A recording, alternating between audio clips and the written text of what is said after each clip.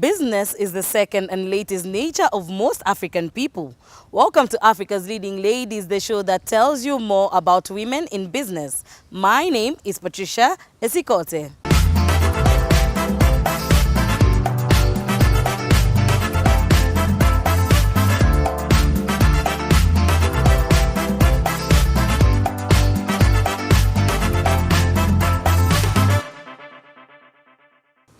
Pottery is the act of using ceramic materials to make pottery ware. This week, we look at Fridah Wangare and her pottery business.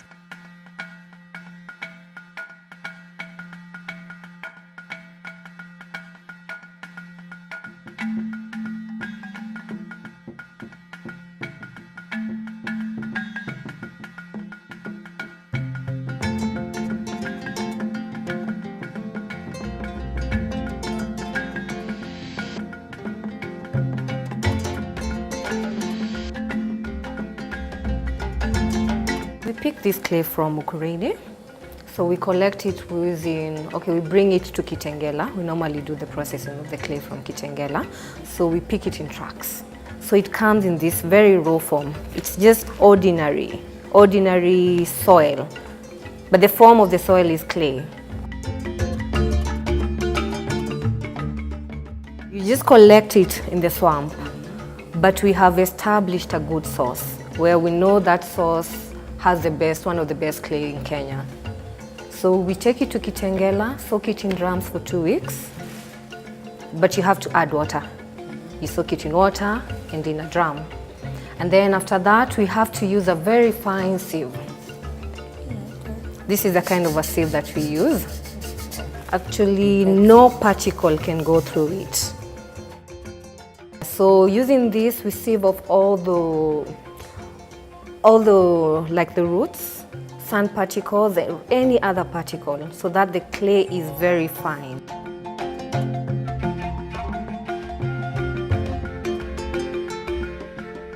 We sieve the clay using this sieve to sieve off all the sand particles, the roots, or any other particle that we are not in need of. We only need very pure clay. So after sieving the clay, it's in form of a slip. You see, this is very liquid clay. Yeah. So we dry it on a drying bed using a cotton cloth. So we pour the slip, and then some of the water goes down, disappears it filters down, and then some of the water evaporates. And then we are left with clay in this form. It has lost most of the water, but not all the water, because it has to be malleable for us to be able to work with it. Wow. Yeah. So after we get this form of clay, we bring it here in the studio, and then we either use the throw-in wheel or we use hand building techniques.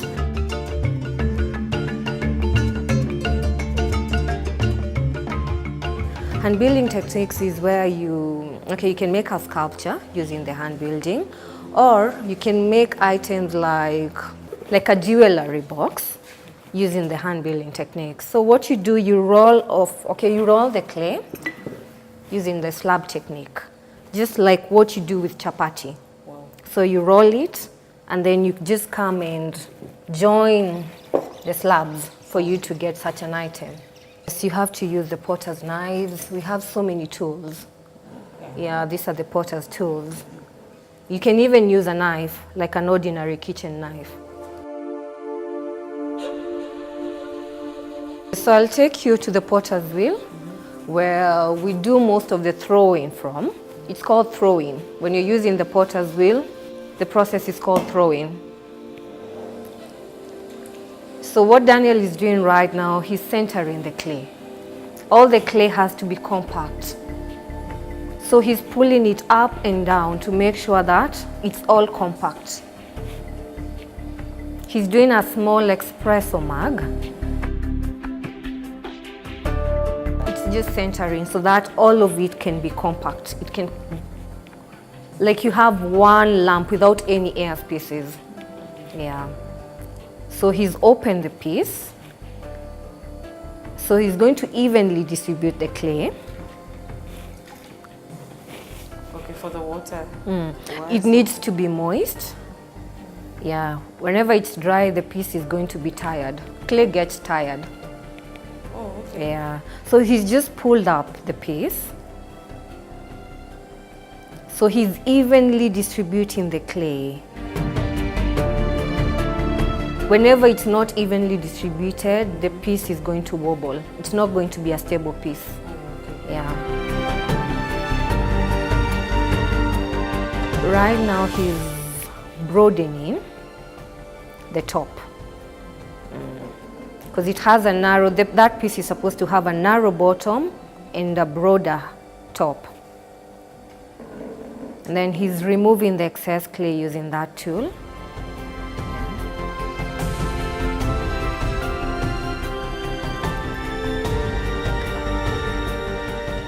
And he's going to calm the rim. Whenever you're drinking from a cup, you're placing your lips on the rim, so it has to be very smooth. So that is what he's doing. The rim has to be very smooth.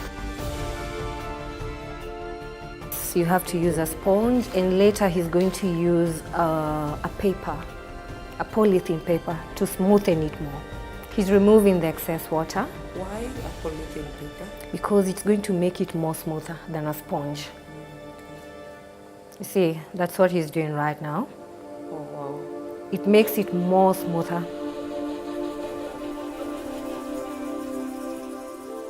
When you're working on the piece, the piece has to be wet. If it dries up, you're going to lose the piece.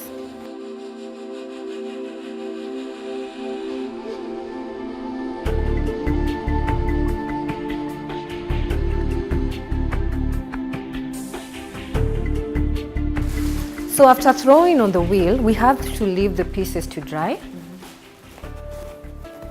Like for 2 days. See, like these pieces over here, they were made 2 days ago. This is the top of a cooking pot. Oh, okay, it can't, okay, for now it's still... It's still quite wet, and then it has a lot of clay, it's very heavy. Yeah. And then it doesn't have like the desired shape.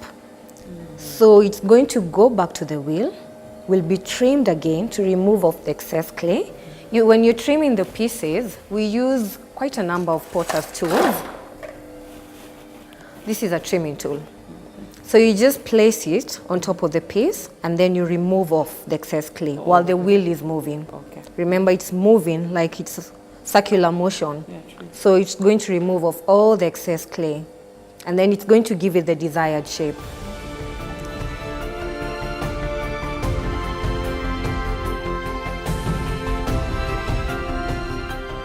So after trimming, this is what you get. This is a lighter piece. Yeah.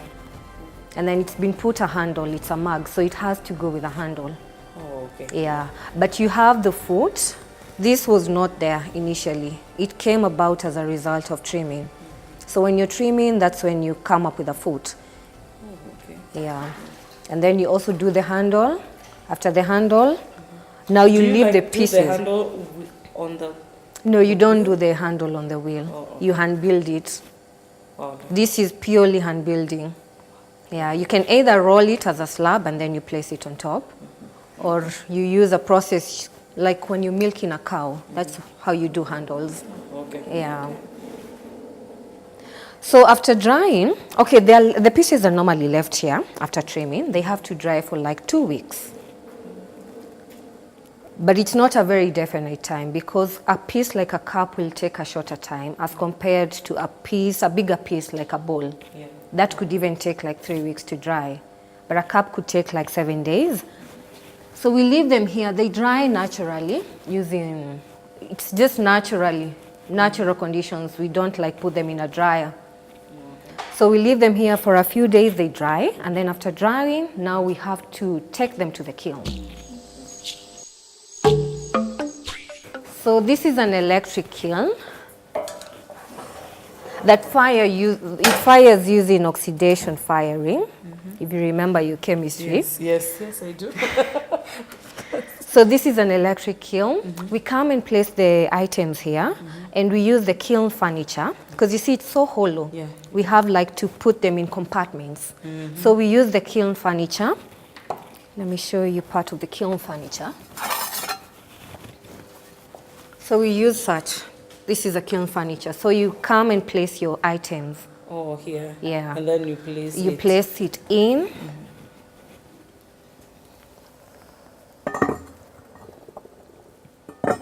And then there's more kiln furniture that goes up, like pillars. Oh, okay.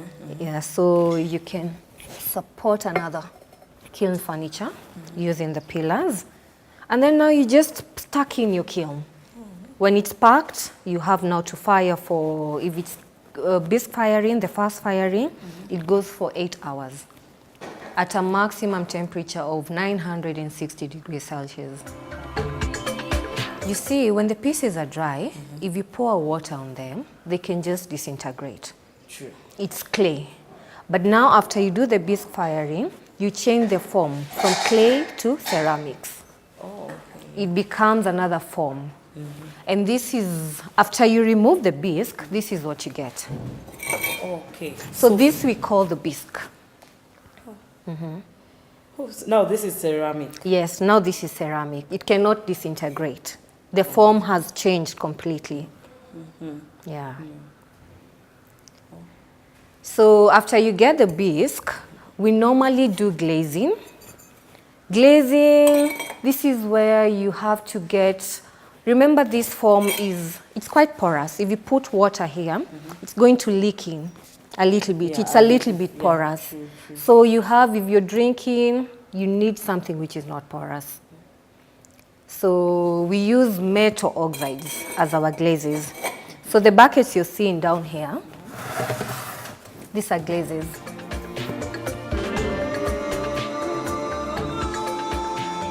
They have different colors.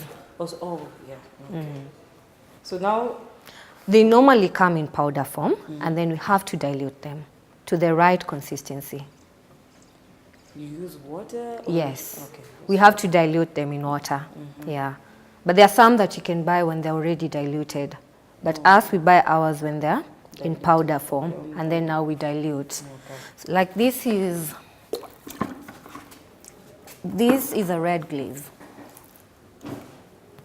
They're made of metal oxides. So whenever we are doing glazing, we come and dip the Bisque. We either dip it, or we hand paint it, or we spray it. Yeah. So after doing that, we have to return the glazed piece in the oven or in the kiln, not an oven, because a kiln has a higher temperature.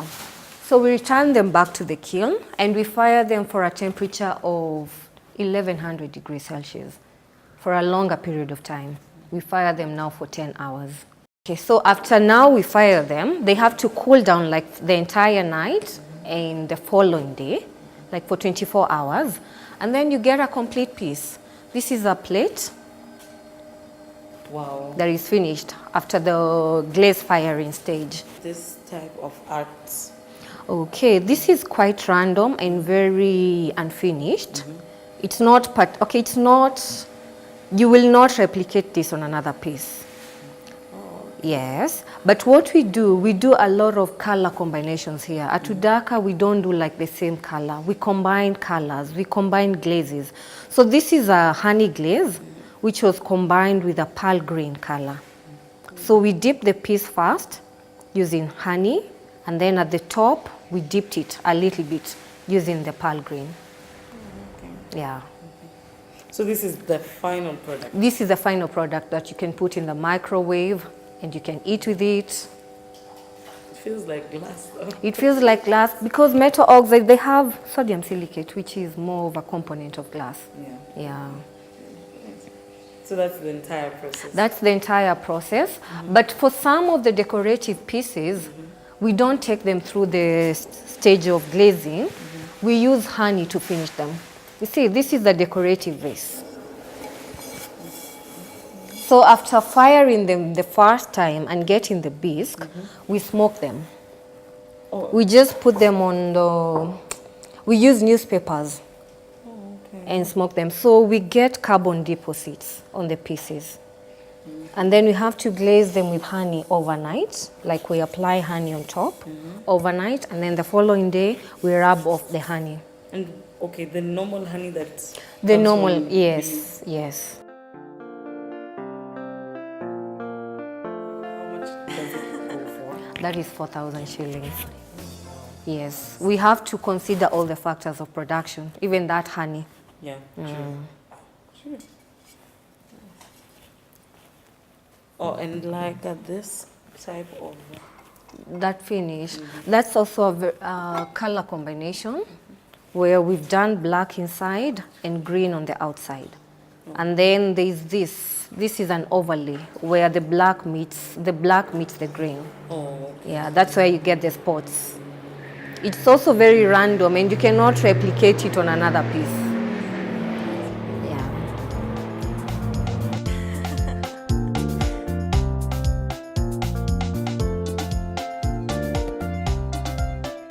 We do kitchenware, which are cups, plates, platters.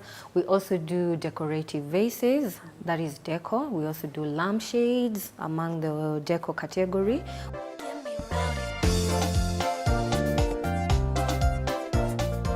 We also do a little bit of beads on order. So we do jewelry for people. If you come and tell me you want some piece of jewelry, we'll do that for you. And then we also do sculptures from clay. Yes.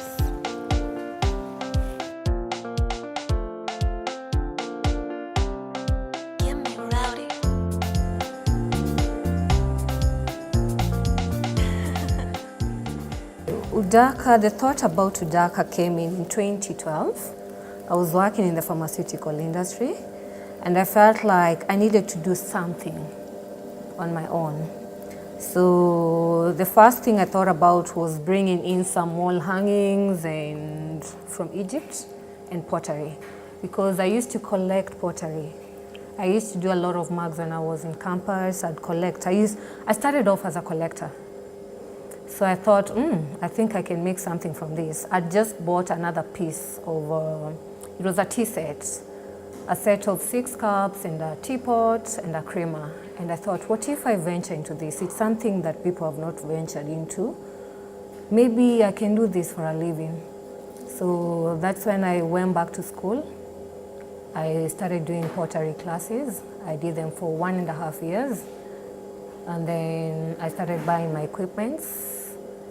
And then I set up my studio from 2014.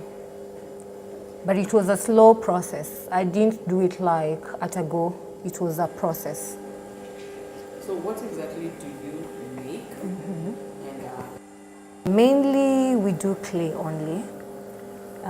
We don't incorporate other things. So all our pieces here are made from clay. So we do decor, we do kitchenware, we do sculptures, we do a few beads, and we also do a cookware range. There are not so many people doing this. We have let's say 3 companies doing this. But what we're doing, we're trying to get into so many retail outlets for handmade products. So we want to get into as many outlets as possible. And I'm hoping by the end of next year, we'll have an independent outlet just for plainly for Udaka. And then we're also hoping we'll be getting so many orders from hotels. So that is our major target market, because when hotels place orders, they place a big order.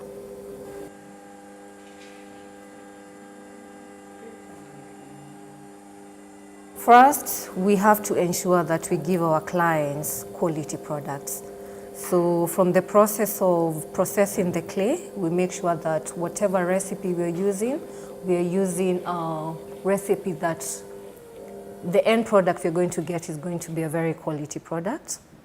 Yeah, just to avoid breakages and make sure that the products are more durable once they get there in the market. So we have to look at the thickness of the product, whatever makes it durable. If we have to add other ingredients, if we have to add grog, if they're big pieces, we have to look at all those aspects.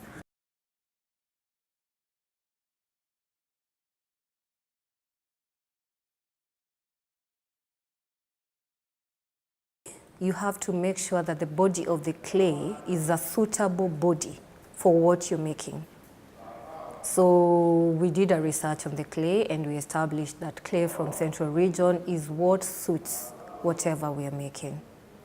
And then when we come here, you've seen our range of, okay, we have to do, for the kitchenware, we have to glaze them. So we have to do a lot of research on the glazes, about the temperature. We cannot do very high fire temperature glazes because we also have to reduce our cost on electricity. So we prefer doing low temperature glazes. So that is research in its own way. You have to research the temperature that you need and the temperature that will go with the body of your clay. Because there is at a certain point, like from 1200 degrees Celsius, our clay bubbles and melts. So we cannot use a glaze which is above 1100 degrees Celsius. Other than the products themselves, we also offer team building activities. Any company can book a team building activity with us. They come to the studio and we take them through the process and they have a good time.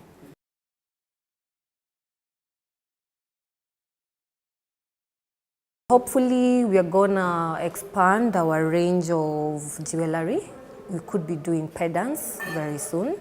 The targeted market is anyone who appreciates art because at the end of the day, whatever we produce is not like an ordinary product. It's handmade and we have to make sure it's artistic.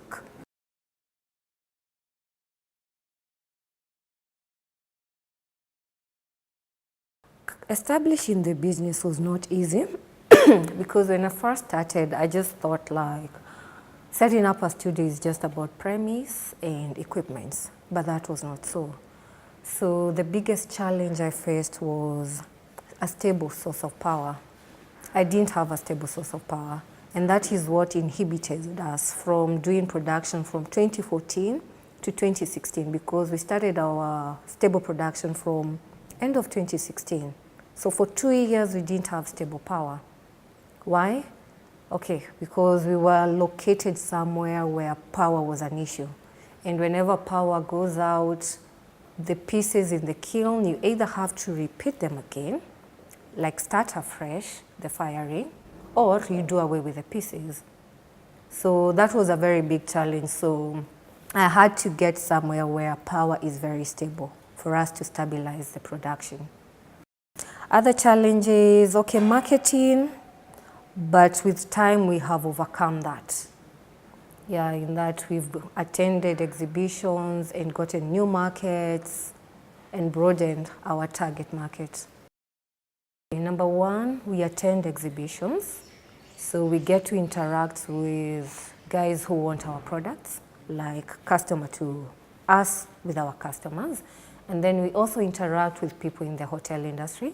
So they come and place their orders and they come see the pieces and tell us we want this amount of order, like several pieces, or what can you do which is different from what we use in our hotels.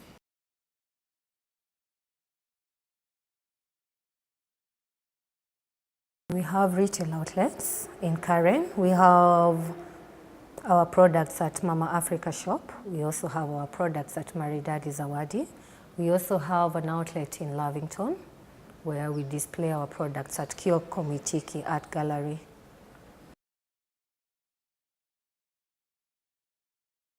What inspires us at Udaka is our customer needs. Whenever there's a gap, a customer has been buying some cups, but every time they tell us the handles are breaking. So that is what inspires us. So we go back to the drawing board and establish what is breaking the handles. Do we make the handles thicker, or how do we make them? Do we change the shape of the handles? So that is our source of inspiration every day. Yes, the challenges that our customers have or the challenges that we face here at the studio. Guys are benefiting from it, and then it gives our clients the satisfaction of using like a handmade cup every day, and you say this is a handmade cup made in Kenya, and you're happy to use it. You have to be very resilient and have a plan. have a plan and then follow through your plan. It's not going to be easy, definitely, but you have to be resilient and just be focused about your goal.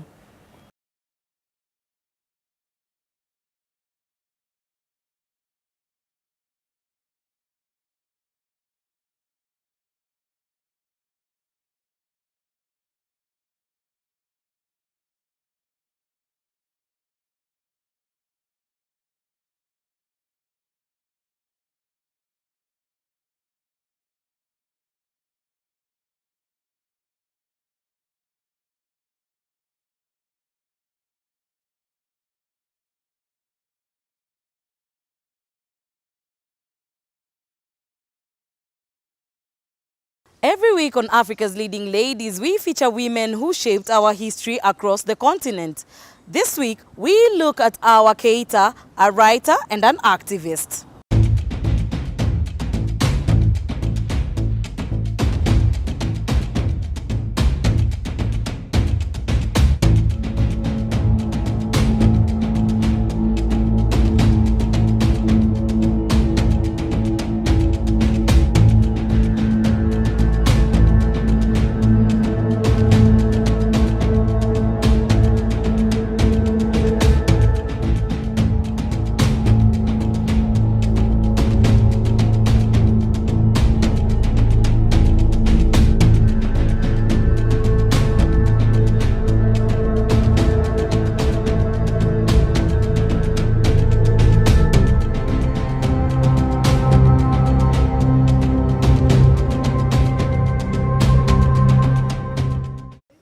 Wonder what you can do with 500,000 shillings?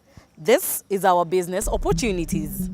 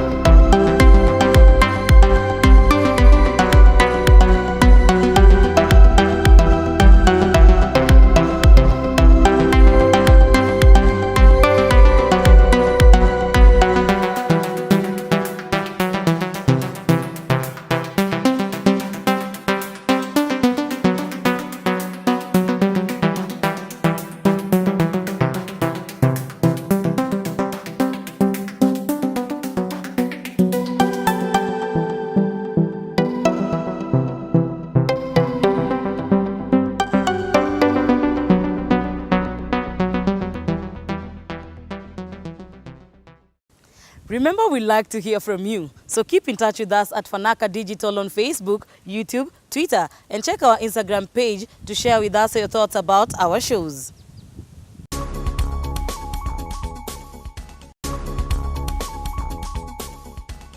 That's all we've had for you. Let's meet next week, same place, same time. I've been your host, Patricia Esikote.